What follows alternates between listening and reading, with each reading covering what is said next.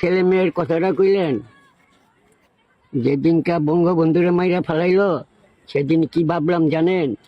এই বাঙালি বেমান আর এই বাঙালি বরবাদি, তার যুদ্ধে আমি আজ পর্যন্ত ঘর সংসারই করি নাই। আমি বিয়া করে যেটা জন্ম দেবো না দিতে পারলে এরকম আমারও বইরা দিব। আর পেপার প্রতিদিনই রাখি, তাই দেখি কি গরম দেখা দেশ চালাইছে। হ্যাঁ, এরশাদ, জিয়ায়, খালেদায়, আল্লাহর মায়ের বড় মায়ের আজও পর্যন্ত সে সুস্থি হইতে পারে না। তা আল্লাহর কাছে কত বড় অন্যায় করছে। আমি আর কি চাম? আমার আর কিছু চাওয়ার নাই।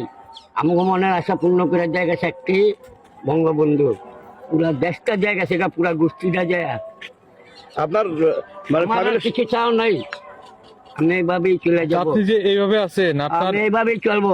আপনার কি আফসোস হয় না? না, আফসোস কি, দেশটা তো দিয়ে গেছে।